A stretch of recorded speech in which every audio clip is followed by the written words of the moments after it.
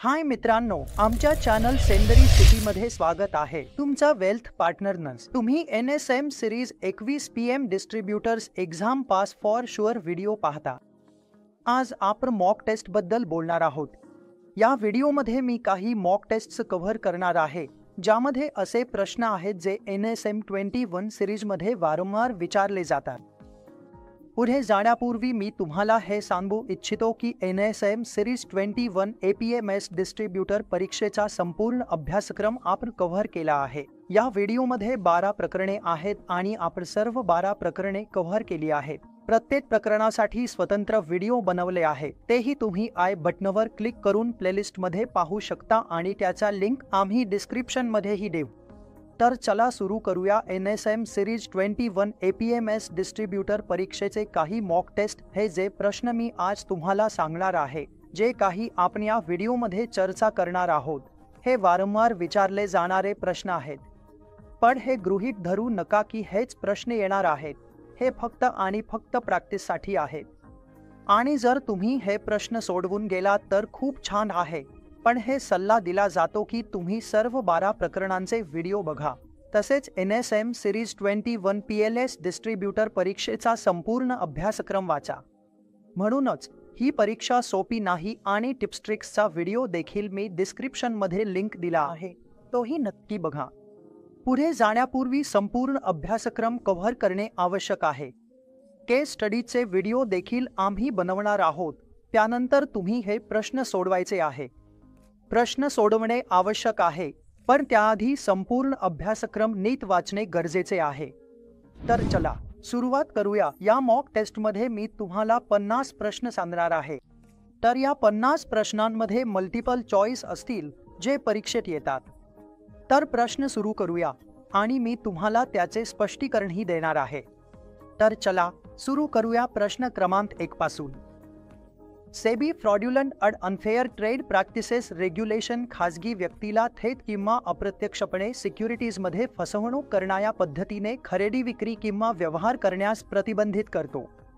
म्हणजेच सेबीचे fraudulent and unfair trade practices regulation हे एखाद्या व्यक्तीला थेट किंवा अप्रत्यक्षपणे सिक्युरिटी मार्केटमध्ये फसवणूक करण्यासाठी, खरेदी करण्यासाठी, विक्री करण्यासाठी किंवा व्यवहार करण्यासाठी मनाई करते।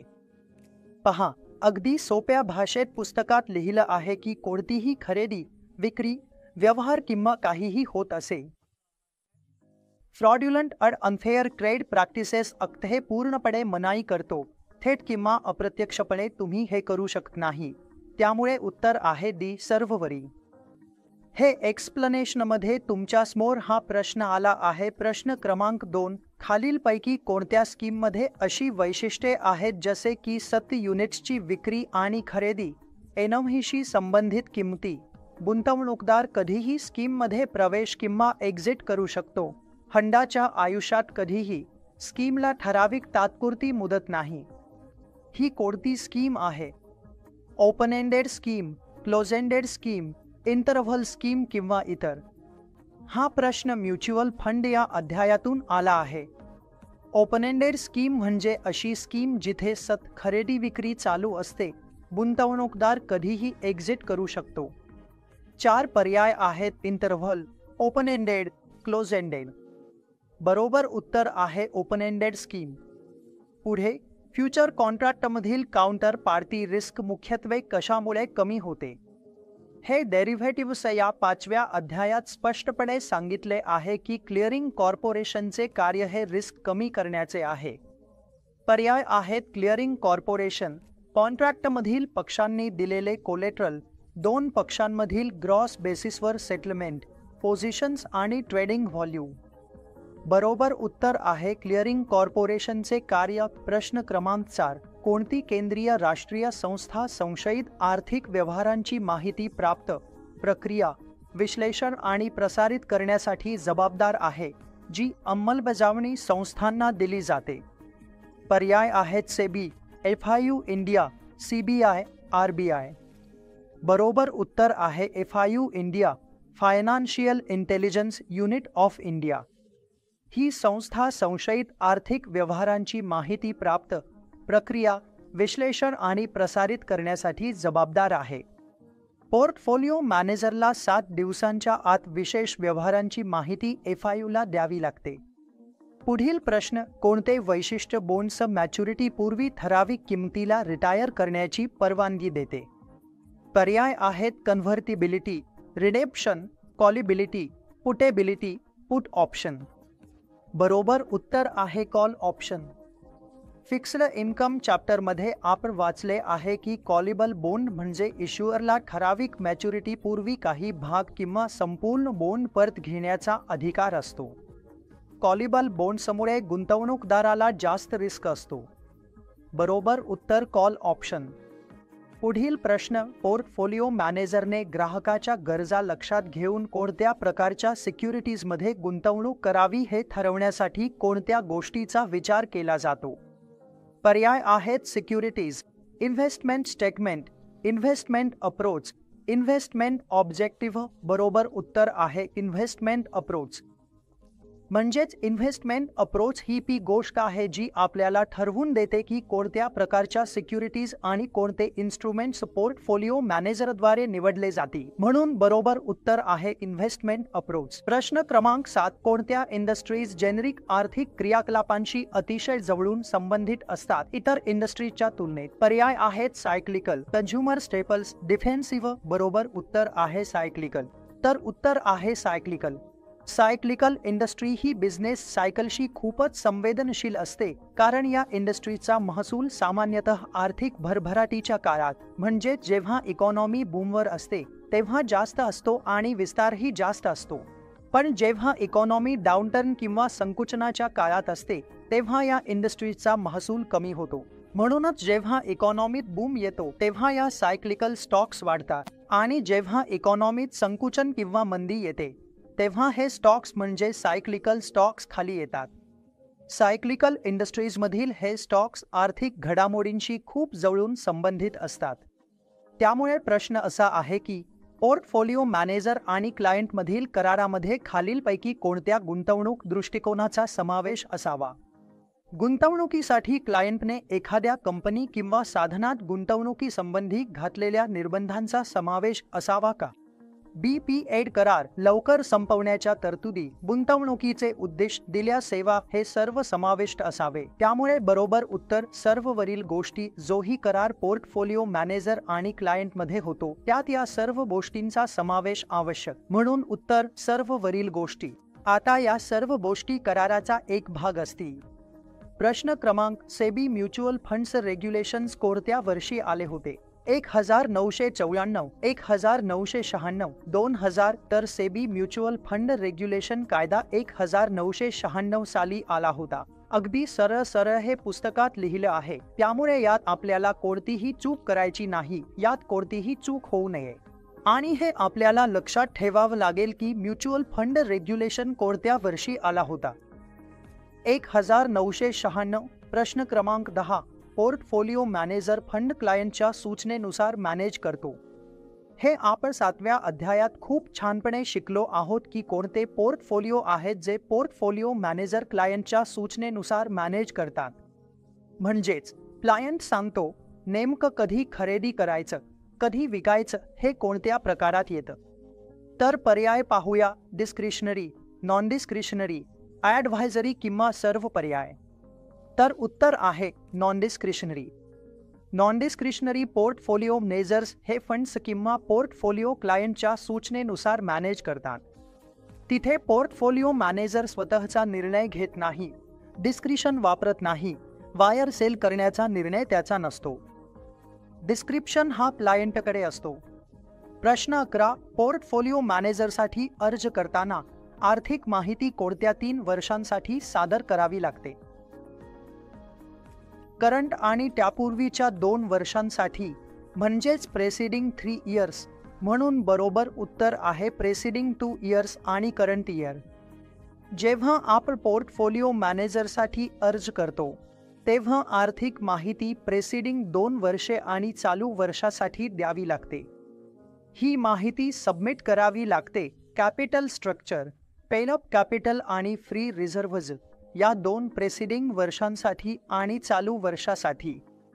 पुढील प्रश्न, जर रिपोर्टेड पोर्टफोलिओ मॅनेजरने क्लायंटचे फंड्स एका कॉर्पोरेटमध्ये गुंतवले आणि त्या कॉर्पोरेटने वचन दिले की कन्व्हर्टिबल बॉन्ड्स या फंड्सच्या बदल्यात दिले जातील, तर ही व्यवहार योग्य आहे का? पर्याय आहेत, हे योग्य नाही कारण कोणतीही फिजिकल सिक्युरिटी तयार केलेली नाही आणि हे परवानगी नाही. हे योग्य नाही कारण हे क्लायंट फंड्सचे लेंडिंग आहे आणि हे परवानगी नाही. हे योग्य आहे कारण हा गुंतवणुकीचा पद्धत नियमित आणि मंजूर आहे. हे योग्य आहे कारण शेवटी बॉन्ड्स पीएमना दिले जातील. स्पष्टपणे बरोबर उत्तर आहे बी. हे योग्य नाही कारण हे क्लायंट फंड्सचे लेंडिंग आहे आणि हे परवानगी नाही. फंड मॅनेजरच्या डूज अँड डोंट्स मध्ये स्पष्टपणे लिहिले आहे की तुम्ही क्लायंटचे पैसे पुढे लेंड करू शकत नाही. हे परवानगी नाही. म्हणून आपल्याला पर्याय ए आणि बी मध्ये लक्ष द्यावे लागेल आणि बरोबर उत्तर आहे बी. प्रश्न क्रमांक 13. कंपनीच्या डेझिग्नेटेड पर्सनसाठी कॉन्ट्रॅक्ट क्रेडवर टाइम पिरियड रिस्ट्रिक्शन किती आहे? 1 महिना, 3 महिने, 6 महिने किंवा 9 महिने? बरोबर उत्तर आहे 6 महिने. SEBI insider trading regulation code हा कालावधी स्पष्ट करतो जो 6 महिन्यांपेक्षा कमी नसावा. प्रश्न 14. संशयास्पद व्यवहारासाठी थ्रेशोल्ड किती आहे ज्यासाठी रेकॉर्ड ठेवणे आवश्यक आहे मनी लॉन्ड्रिंग कायद्यानुसार? 5 लाख, 10 लाख, 25 लाख किंवा 1 कोटी? बरोबर उत्तर आहे 10 लाख. मनी लॉन्ड्रिंग कायदा 2002 नुसार स्पष्टपणे लिहिले आहे की सर्व कॅश ट्रान्झॅक्शन्स ज्यांची किंमत 10 लाख रुपयांपेक्षा जास्त आहे किंवा परकीय चलनात समतुल्य आहे ते संशयास्पद व्यवहार म्हणून गणले जातील आणि त्यांची नोंद ठेवली जाईल. एक संशयास्पद व्यवहार म्हणून. प्रश्न क्रमांक 15. बॉन्डच्या किमती आणि त्याच्या यील्डमधील संबंध स्पष्ट करा. बॉन्डची किंमत आणि यील्ड यांच्यात काय संबंध आहे? चला पाहूया. हे नेहमीच पॉझिटिव्ह असतं. नेहमीच हे पॉझिटिव्ह आहे. व्याजदर कमी होत असताना हे पॉझिटिव्ह असतं आणि व्याजदर वाढत असताना देखील. तर योग्य उत्तर आहे बॉन्डच्या किमती आणि त्याच्या यील्डमधील संबंध. प्रश्न क्रमांक 16. पीएमएसने आपला ऑफिसचा पत्ता बदलला आहे हे कोणाला कळवायला हवे? फायनान्शियल इंटेलिजन्स युनिटमध्ये क्लायंट्स. तर ऑप्शन्स आहेत फक्त अ आणि बी. ऑप्शन 2 फक्त बी आणि सी. ऑप्शन 3 फक्त अ आणि सी. आणि ऑप्शन 4 सर्व बी आणि सी. तर योग्य उत्तर आहे फक्त बी आणि सी. म्हणजेच दुसरा पर्याय फक्त बी आणि सी हा योग्य आहे. म्हणजेच फायनान्शियल इंटेलिजन्स युनिटला सांगायचं नाही. त्याशिवाय ऑफिसचा नवीन पत्ता सर्वांना सांगावा लागतो आणि क्लायंट्सना देखील सांगावा लागतो. ला फक्त फसवणूक करणाऱ्या व्यवहारांबद्दल किंवा रोख व्यवहारांबद्दलच माहिती दिली जाते. तर योग्य उत्तर आहे फक्त बी आणि सी. प्रश्न क्रमांक 70. रिप्युटेड पीएमएस फॉर्म आहे 5 ग्रुप कंपनी. खालीलपैकी कोणती सर्वोत्तम पद्धत आहे क्लायंटला याबद्दल माहिती देण्याची? पीएमएस फॉर्मला ग्रुप कंपन्यांबद्दल माहिती द्यावी लागते फक्त तेव्हाच जेव्हा कॉन्फ्लिक्ट ऑफ इंटरेस्ट असतो. पीएमएस फॉर्मने ग्रुप कंपन्यांबद्दल माहिती दिली नाही.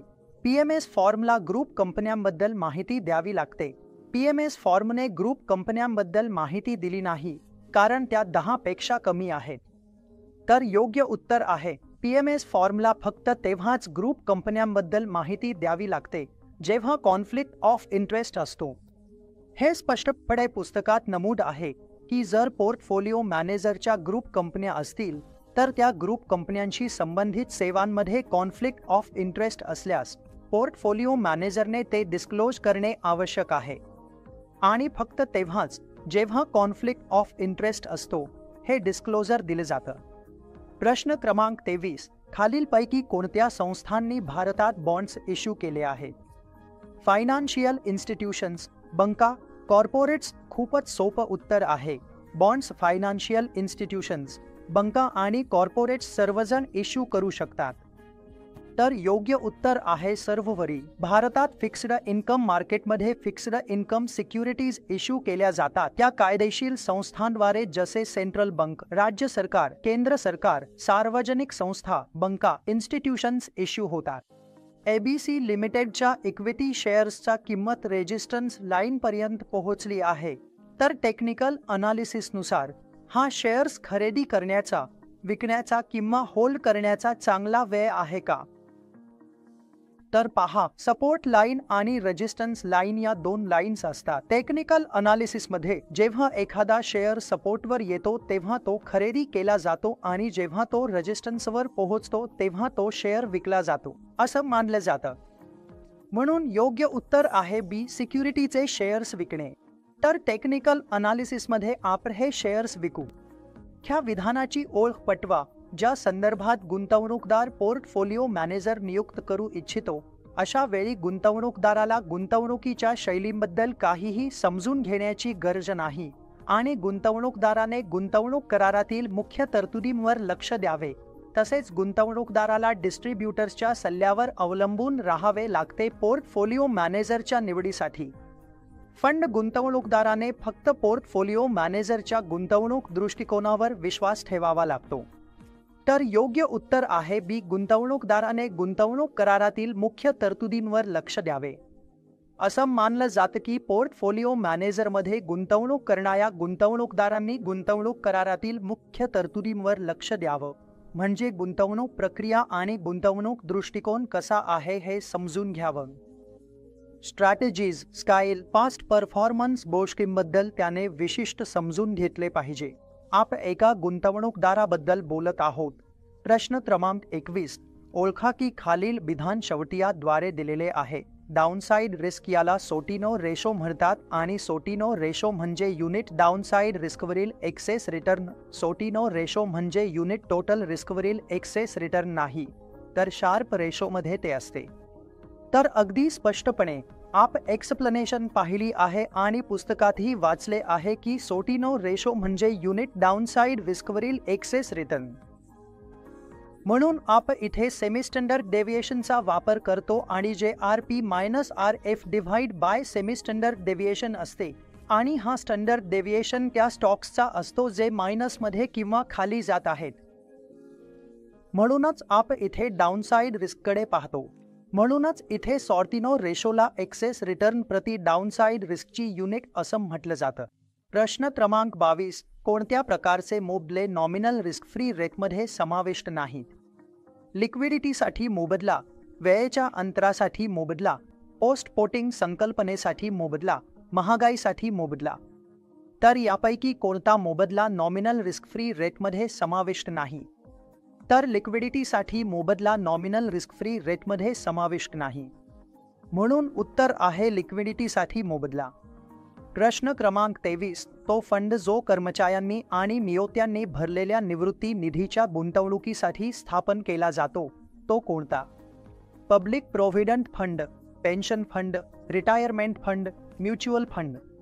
तर उत्तर आहे पेन्शन फंड. हे पेन्शन फंड स्थापन केले जातात. एका प्रकारे रिटायरमेंट फंड तुमच्या निवृत्ती निधीत भर घालतात, जिथे तुमचा नियोक्ता देखील योगदान देतो आणि तुम्हीही योगदान देता, जेणेकरून तुम्हाला निवृत्तीच्या वेळी एक कॉर्पस मिळू शकेल. प्रश्न क्रमांक 24. PE ratio, price to earning ratio संदर्भात दोन विधानांची ओळख करा. PE रेशो म्हणजे कंपनीच्या कमाईवर मार्केटने ठरवलेली किंमत. PE रेशो म्हणजे कंपनीच्या इक्विटीची मार्केटने ठरवलेली किंमत. PE रेशो म्हणजे मार्केटने कंपनीच्या कमाईच्या वाढीला दिलेली किंमत. PE रेशो म्हणजे मार्केट प्रत्येक एका रुपयाच्या कमाईसाठी किती गुंतवणूक करायला तयार आहे. तर योग्य उत्तर आहे PE रेशो म्हणजे मार्केट प्रत्येक एका रुपयाच्या कमाईसाठी किती गुंतवणूक करायला तयार आहे. साध्या भाषेत सांगायचं झालं तर आपण हेच समजतो आणि पुस्तकांमध्येही असंच लिहिलं आहे की प्राइस टू अर्निंग रेशो आपल्याला हेच सांगतो की कोणत्याही कंपनीमध्ये 1 रुपया कमवण्यासाठी आपल्याला किती गुंतवणूक करावी लागेल. म्हणूनच याला असं म्हणतात. स्टॉक बी आपल्याला सांगतो की गुंतवणूकदार किती पैसे देण्यास तयार आहेत 1 रुपयाच्या कमाईसाठी. प्रश्न क्रमांक 25. कोणता फॅक्टर आहे जो ओळखला जातो? उत्तर आहे व्याजदर, इंटरेस्ट रेट. व्याजदर हा एक फॅक्टर आहे जो RBIने डेरिव्हेटिव्हच्या किमतीसाठी ओळखला आहे. अगदी सरळपणे पुस्तकांमध्ये लिहिलं आहे आणि आपल्याला ते लक्षात ठेवायचं आहे. प्रश्न क्रमांक 26. यापैकी कोणती गोष्ट इन्व्हेस्टमेंट पॉलिसी स्टेटमेंटमध्ये नसते? Financial regulations, investment road map, risk capacity. Investment road map असतो, रिस्क कॅपॅसिटी देखील असते, इन्व्हेस्टमेंट कन्स्ट्रेंट्स देखील त्यात मिळतात. फक्त तुम्हाला फायनान्शियल रेग्युलेशन्स यात मिळणार नाही. जे डिप्लॉयमेंट किंवा development of IPS investment policy statement असते ते त्याचा एक मुख्य टप्पा आहे. हा पोर्टफोलिओ मॅनेजमेंटची प्रक्रिया आहे, त्यामुळे हा महत्त्वाचा टप्पा आहे. IPS तयार करताना त्यात इन्व्हेस्टमेंट प्रक्रियेचा road map, risk capacity, constraints सगळ्या गोष्टी मिळतात. पण तुम्हाला त्यात फायनान्शियल रेग्युलेशन्सबद्दल माहिती मिळत नाही. प्रश्न क्रमांक 27 मध्ये 10,000 रुपयांची रक्कम एका गुंतवणूकदाराला व्याज म्हणून द्यायची आहे. TDS 10% आहे. मोजा की त्याने व्याजाच्या पेमेंटसाठी किती बाजूला ठेवावे लागेल. पर्याय आहेत 100, 11 किंवा 9,000. बरोबर उत्तर आहे 111. याचा फॉर्म्युला पाहूया की हे कसे आले आहे. तो जो फॉर्म्युला आहे नेट काढण्यासाठी, तो फॉर्म्युला लक्षात ठेवावा लागेल. Gross multiply by tax. या फॉर्म्युल्याने जेव्हा तुम्ही काढाल तेव्हा तुमचं उत्तर 11,111 रुपये येईल. हा फारच सोपा आणि स्पष्ट फॉर्म्युला आहे, आपल्याला लक्षात ठेवायचा आहे आणि ही गणना खूपच सोपी आहे. आपण सहजपणे हे काढू शकतो. प्रश्न क्रमांक 28. योग्य विधान ओळखा. Foreign currency convertible bonds FCCB संदर्भात. FCCB म्हणजेच फॉरेन करन्सी कन्व्हर्टिबल बॉन्ड्स, जे इक्विटी शेअर्समध्ये कन्व्हर्ट होऊ शकतात. FCCB मध्ये व्याज आणि प्रिन्सिपलचे पेमेंट डोमेस्टिक करन्सीत होते का? FCCB हे फॉरेन करन्सी डिनॉमिनेटेड डेट सर्टिफिकेट्स असतात, जे कंपन्यांनी इश्यू केलेले असतात. तर फॉरेन करन्सी कन्व्हर्टिबल बॉन्ड्सबद्दल योग्य विधान कोणते आहे? बरोबर उत्तर आहे FCCB हे फॉरेन करन्सी डिनॉमिनेटेड डेट सर्टिफिकेट्स असतात, जे कंपनीने इश्यू केलेले असतात. हे डेट सर्टिफिकेट्स स्पष्टीकरणात दिले आहे की FCCB सामान्यतः डॉलरमध्ये असतात, म्हणजेच फॉरेन करन्सीत डिनॉमिनेटेड डेट जी कंपन्या इंटरनॅशनल मार्केटमध्ये उभारतात, पण त्यांना इक्विटी शेअर्समध्ये कन्व्हर्ट करण्याचा पर्याय असतो. कंपनीकडे मॅच्युरिटीपूर्वी कन्व्हर्जनचा पर्याय असतो. म्हणजेच ही डेट कंपन्यांनी इंटरनॅशनल मार्केटमध्ये उभारलेली असते, पण त्यांच्याकडे मॅच्युरिटीपूर्वी इक्विटी शेअर्समध्ये कन्व्हर्ट करण्याचा पर्याय असतो. प्रिन्सिपलचे पेमेंट फॉरेन करन्सीत होते. प्रश्न क्रमांक 29. कोणत्या रेग्युलेशनमुळे KYC कंप्लायन्स अनिवार्य झाले? हा प्रश्न लक्षात ठेवावा लागेल. पर्याय आहेत RBI Act 1934, SEBI portfolio manager regulation Act 1996, SEBI portfolio manager regulations 2020, prevention of money laundering Act 2002. पुस्तकात अगदी स्पष्टपणे नमूद केले आहे की KYC प्रक्रिया ही prevention of money laundering Act 2002 अंतर्गत येते, ज्यात स्पष्टपणे नमूद आहे की प्रत्येक गुंतवणूकदाराची योग्य KYC केली जाईल, जेणेकरून कोणतेही बेकायदेशीर फंड्स किंवा पैसे मार्केटमध्ये गुंतवले जाणार नाहीत. आणि हे सर्व काही जे केलं जातं ते असंच केलं जातं. मनी लॉन्ड्रिंग Act 2002 आणि prevention of money laundering act अंतर्गत. प्रश्न क्रमांक 30. मिस प्रीती यांनी US मध्ये गुंतवणूक केली आणि त्या गुंतवणुकीवर 18% परतावा मिळवला. जर गुंतवणूक कालावधीत US डॉलरचे अवमूल्यन झाले तर भारतीय रुपयामध्ये परतावा 18%पेक्षा जास्त असेल, 18%पेक्षा कमी असेल, 18%च राहील किंवा वरीलपैकी काहीच नाही. तर बघा 18%च राहील आणि वरीलपैकी काहीच नाही हे पर्याय, हे दोन्ही पर्याय पूर्णपणे काढून टाकले जातील. मी इथे 2 पर्याय लगेचच काढू शकतो, म्हणजे 18%च राहील आणि वरीलपैकी काहीच नाही, कारण परतावा वाढेल किंवा कमी होईल. त्याने अमेरिकेत 18% गुंतवणूक केली, 18% कमी मिळाले आणि US डॉलरचे अवमूल्यन झाले. म्हणून आता पाहायचं आहे की 18%पेक्षा जास्त येईल का की 18%पेक्षा कमी येईल. ठीक आहे, तर याचं एक उदाहरण घेऊया. USD INR च्या तुलनेत अवमूल्यन होत आहे, म्हणजे USD ची किंमत 75 वरून 74 झाली. बरोबर आहे ना? तर आता एक उदाहरणाच्या माध्यमातून समजून घेऊया त्यांनी जी गुंतवणूक केली होती. आता डॉलरमध्ये काय घडलं? 75 वरून $74 झाला, बरोबर. आता जेव्हा प्रीती USD मध्ये गुंतवणूक करेल, तिने गुंतवणूक केली आहे आणि जेव्हा ती ते INR मध्ये रूपांतरित करेल तेव्हा आधी 75 वर रूपांतर करत होती. आता तिचं रूपांतर ₹74 वर होईल. म्हणूनच त्यांना तिथे थोडे कमी परतावा मिळेल. म्हणून तिला कमी परतावा मिळेल. तर इथे योग्य उत्तर आहे 18% कमी, कारण डॉलरचे मूल्य कमी झाले आणि जर डॉलर वाढला असता तर तिचा परतावा 18% जास्त झाला असता. प्रश्न क्रमांक 3 पटकन ओळखा. पोर्टफोलिओ व्यवस्थापकांच्या संघटनेबद्दल खालीलपैकी कोणते विधान खरे नाही? पोर्टफोलिओ व्यवस्थापकाचे कायदेशीर अस्तित्व त्याच्या प्रवर्तकांपासून वेगळे असावे. कोऑपरेटिव्ह सोसायटीज कायद्यांतर्गत मायक्रो क्रेडिट संस्था पोर्टफोलिओ व्यवस्थापक होऊ शकत नाही. एक व्यक्ती कंपनीही पोर्टफोलिओ व्यवस्थापक होऊ शकते. पोर्टफोलिओ व्यवस्थापक शेड्यूल्ड कमर्शियल बँकेद्वारे प्रवर्तित केला जावा. म्हणून कोणते विधान खरे नाही हे पाहायचे आहे. म्हणून उत्तर आहे चौथे. पोर्टफोलिओ व्यवस्थापक शेड्यूल्ड कमर्शियल बँकेद्वारे प्रवर्तित केला जावा. म्हणून असे कुठेही लिहिलेले नाही की पोर्टफोलिओ मॅनेजरला शेड्यूल्ड कमर्शियल बँकेने बढती द्यावी. म्हणून उत्तर आहे डी. पोर्टफोलिओ व्यवस्थापक शेड्यूल्ड कमर्शियल बँकेद्वारे प्रवर्तित केला जावा. बाकी सर्व आपण चर्चा केलेल्या पहिल्या 3 गोष्टी आहेत. तीनही गोष्टी अगदी बरोबर आहेत. सेबीच्या इन्साइडर ट्रेडिंग प्रतिबंधक नियमांनुसार कोणत्या प्रकारची शिस्तभंगाची कारवाई केली जाऊ शकते? वेतन गोठवणे, वसुली, निलंबन आणि वरील सर्व. जर इन्साइडर ट्रेडिंगबद्दलची कोणतीही माहिती मिळाली तर नियमांनुसार रेग्युलेटरला काय करता येऊ शकते? वेतन गोठवणे, वसुली, निलंबन आणि वरील सर्व. म्हणून उत्तर आहे वरील सर्व. बरोबर आहे ना?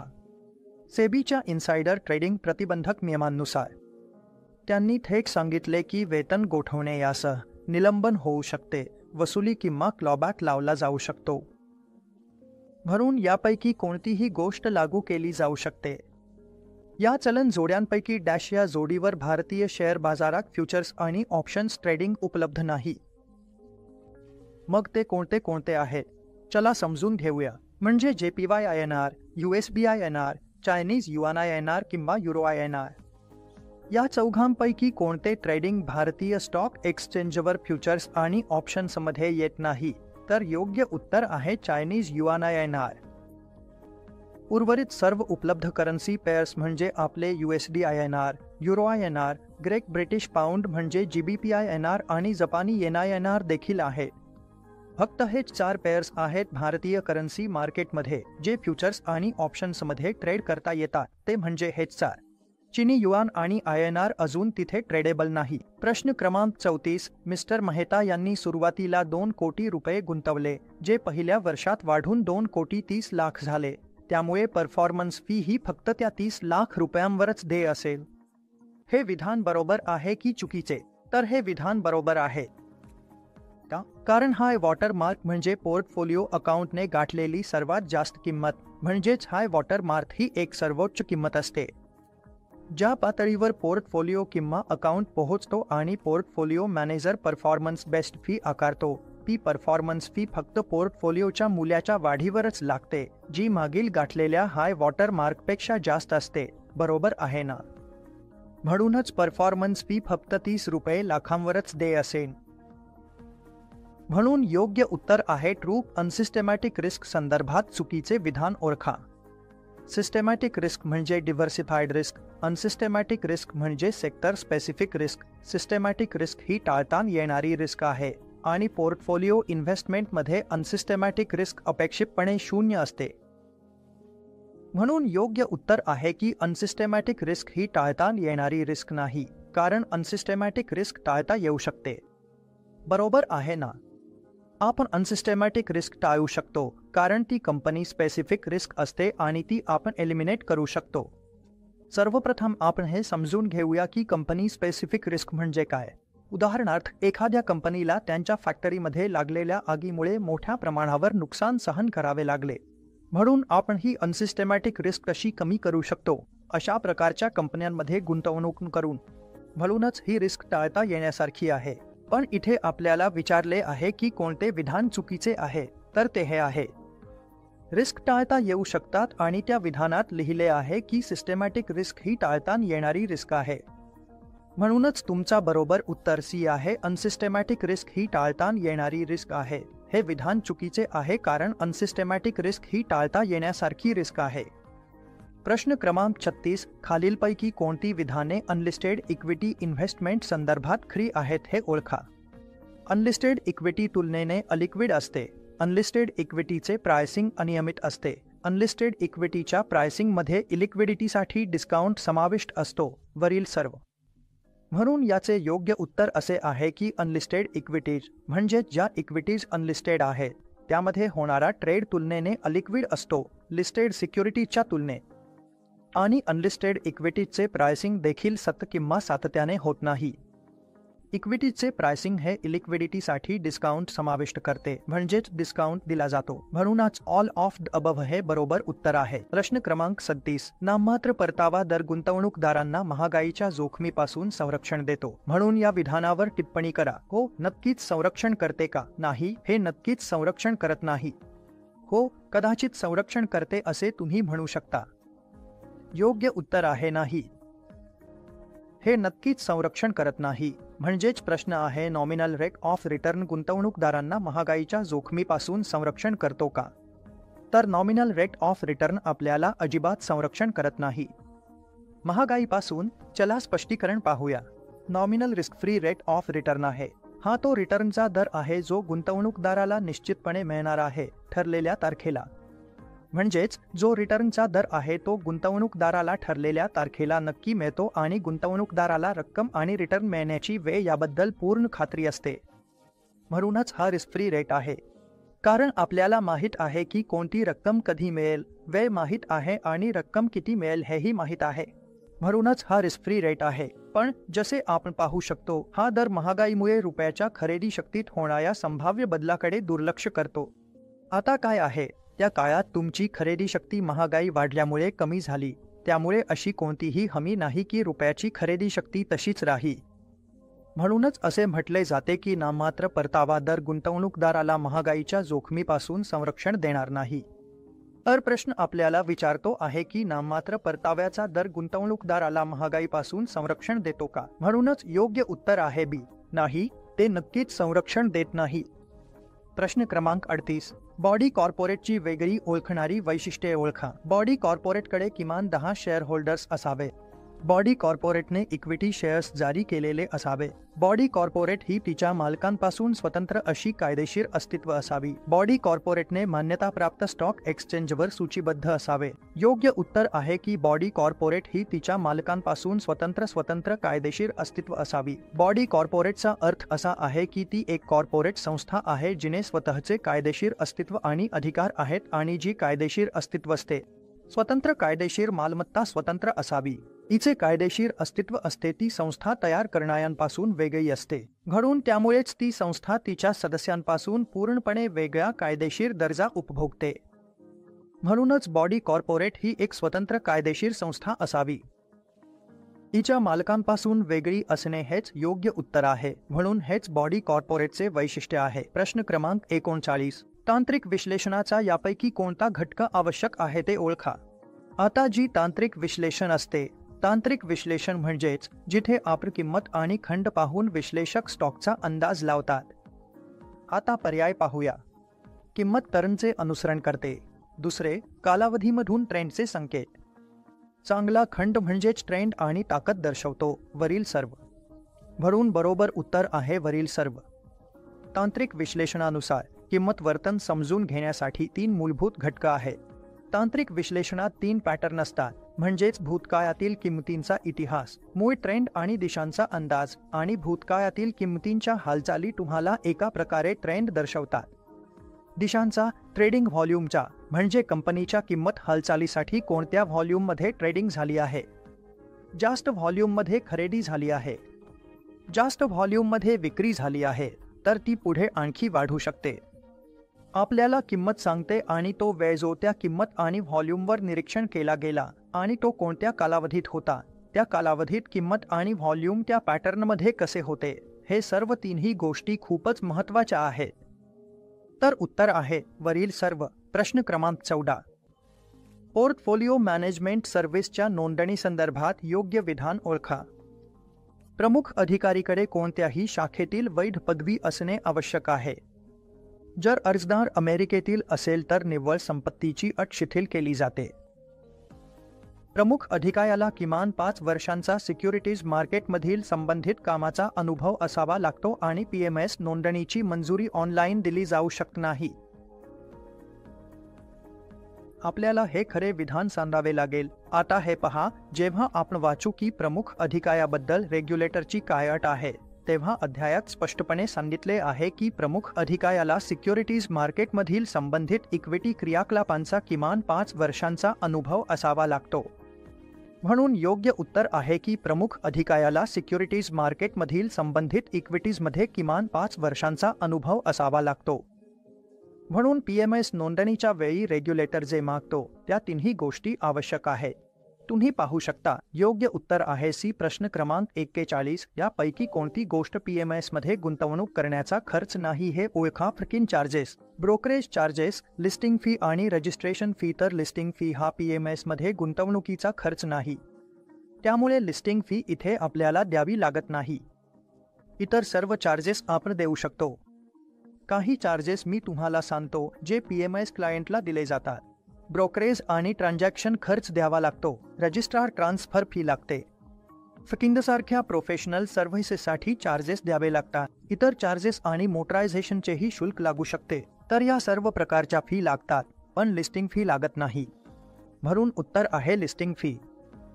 प्रश्न क्रमांक 42. पोर्टफोलिओ मॅनेजर म्हणून नोंदणीसाठी अर्ज. ही सेवा डॅशबोर्डवरूनच करावी लागते. SEBI portfolio manager regulation form A of schedule 2, form B of schedule 1, form A of schedule 1, 1 वर्ष फॉर्म बी ऑफ शेड्यूल 3. म्हणून पोर्टफोलिओ मॅनेजर म्हणून काम करण्यासाठी सेबीकडून नोंदणी प्रमाणपत्र मिळवणे अनिवार्य आहे. तुम्हाला अनिवार्यपणे सेबीकडून नोंदणी प्रमाणपत्र घ्यावे लागेल. जर तुम्ही एक PMS सेवा चालवू इच्छित असाल आणि अर्ज फॉर्म ए ऑफ शेड्यूल 1 मध्ये करावा लागतो, हे आपल्याला नक्की लक्षात ठेवावे लागेल. हे लक्षात ठेवा, मनात ठसवा. अर्ज फॉर्म ए ऑफ शेड्यूल 1 मध्येच करावा लागतो. त्यामुळे बरोबर उत्तर आहे C. Form A of schedule 1. आणि हा प्रश्न 110% प्रत्येक वेळी परीक्षेत येतोच. प्रश्न क्रमांक 43. हे बरोबर आहे का की 2 मालमत्ता वर्गांमधील दीर्घकालीन सहसंबंध पॅटर्न काळानुसार बदलत नाही? होय, विधान बरोबर आहे कारण त्यांचे रोख प्रवाह पॅटर्न बदलत नाही. बी. नाही, विधान चुकीचे आहे कारण व्यापक आर्थिक घटक आणि गुंतवणूकदारांची पसंती बदलते. म्हणून फक्त अ बरोबर आहे. फक्त बी बरोबर आहे. दोन्ही अ आणि बी बरोबर आहे किंवा ना अना बी बरोबर आहे. म्हणून जे दीर्घकालीन सहसंबंधाचे पॅटर्न 2 मालमत्ता वर्गांमध्ये दिसतात ते काळानुसार बदलत नाहीत. असा प्रश्न आपल्याला विचारला आहे की हे दीर्घकालीन सहसंबंधाचे पॅटर्न 2 मालमत्ता वर्गांमध्ये सामान्यतः इतक्या सहजतेने बदलत नाहीत, म्हणजेच ते वेळोवेळी बदलत नाहीत. तर पहिला पर्याय हे विधान बरोबर आहे कारण त्यांचे कॅशफ्लो पॅटर्न बदलत नाहीत. आणि बी विधान चुकीचे आहे कारण आर्थिक घटक आणि गुंतवणूकदारांची पसंती बदलते. म्हणून उत्तर आहे बी. फक्त बी बरोबर आहे. तर बी काय आहे? विधान बी म्हणत आहे की विधान अ चुकीचे आहे कारण समष्टी आर्थिक घटक आणि गुंतवणूकदारांच्या पसंती योग्यरित्या बदलतात. म्हणून विधान अ चुकीचे आहे, जे तेच आहे. ही गोष्ट बरोबर आहे का? कारण हे अजिबात बरोबर नाही. असं म्हणणं की 2 मालमत्ता वर्गांमधील दीर्घकालीन सहसंबंध पॅटर्न काळानुसार बदलत नाही. दीर्घकालीन सहसंबंध 2 मालमत्ता वर्गांमध्ये बदलू शकतो. बरोबर. प्रश्न क्रमांक 24. पोर्टफोलिओ मॅनेजरकडून परफॉर्मन्स फी आकारण्यासंदर्भात योग्य विधान ओळखा. परफॉर्मन्स फी तेव्हाच आकारली जाते जेव्हा पोर्टफोलिओची किंमत मागील उच्चतम पातळीपेक्षा जास्त होते. परफॉर्मन्स फी केवळ तेव्हाच आकारली जाते जेव्हा पोर्टफोलिओच्या किमतीवरील परताव्याचा दर ठराविक मर्यादेपेक्षा जास्त असतो. वरील दोन्ही किंवा वरीलपैकी कोणतेही नाही. योग्य उत्तर आहे वरील दोन्ही, म्हणजेच परफॉर्मन्स फी आकारली जाईल.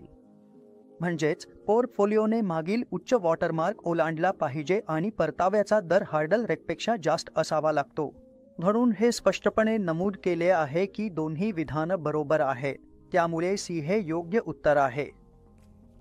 बॉन्ड्स संदर्भात 2 विधानं ओळखा.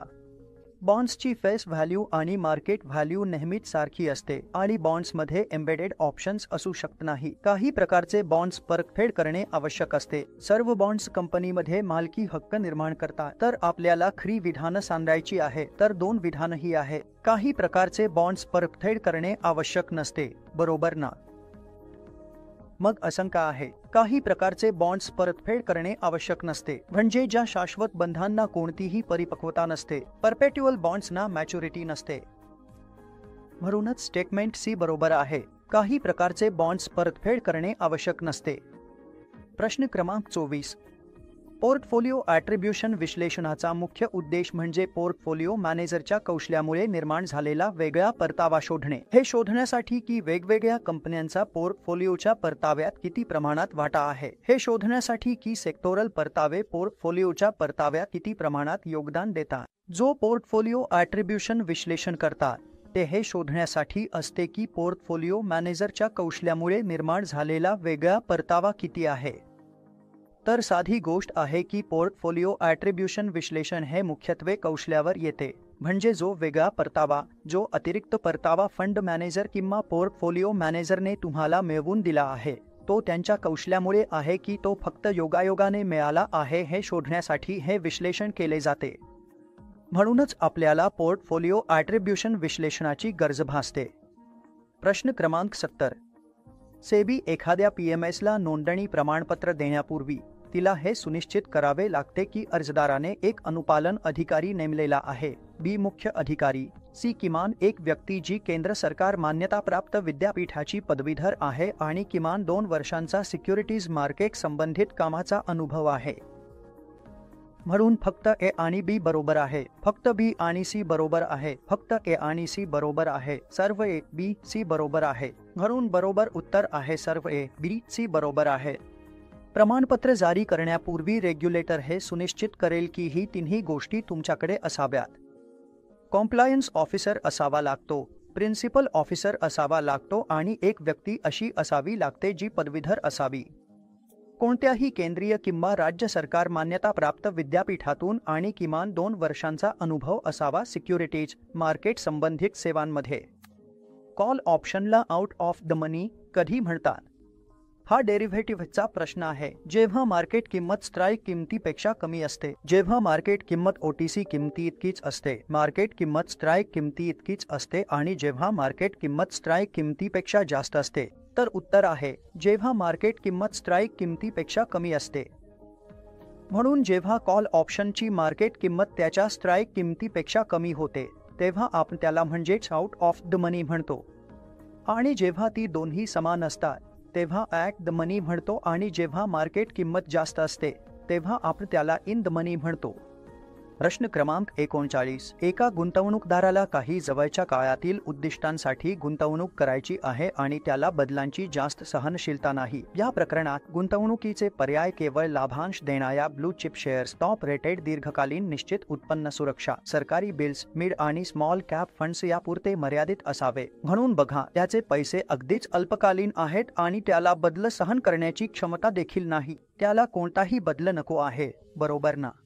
म्हणून या परिस्थितीत आपण त्याला काय देऊ. योग्य उत्तर म्हणजे सरकारी बिल्स. आपण त्याला मिड आणि स्मॉल कॅप फंड देऊ शकत नाही. Top rated long duration fixed income मध्येही आपण जाऊ शकत नाही कारण तिथेही व्याजदरातील बदलाची संवेदनशीलता जास्त आहे आणि डिव्हिडंड देणाऱ्या ब्लू चिप शेअर्समध्येही आपण जाऊ शकत नाही. म्हणूनच आपण सरकारी बिल्समध्ये गुंतवणूक नक्कीच करू शकतो.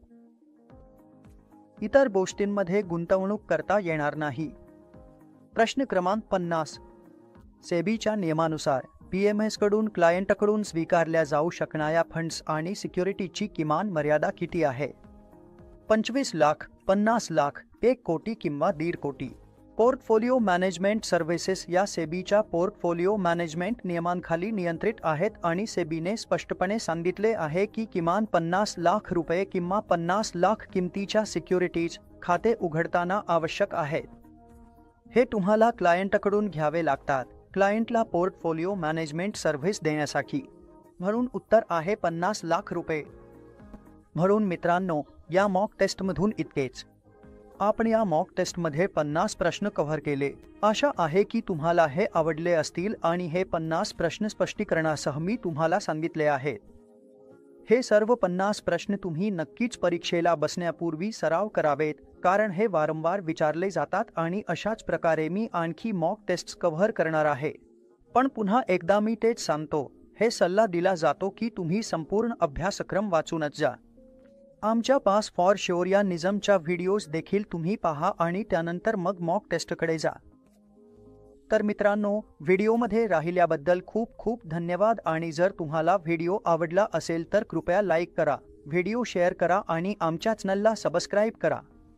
तसेच आमच्या पास फॉर शुअरच्या निजम 21 डिस्ट्रीब्युटर परीक्षेच्या सर्व व्हिडिओज नक्की पाहायला विसरू नका. त्याचा लिंकही मी डिस्क्रिप्शनमध्ये दिला आहे.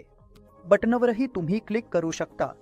म्हणून कृपया हे व्हिडिओज नक्की पहा आणि तुमचा काही फीडबॅक किंवा सूचना असतील तर आम्हाला नक्की कळवा. तर खूप खूप धन्यवाद.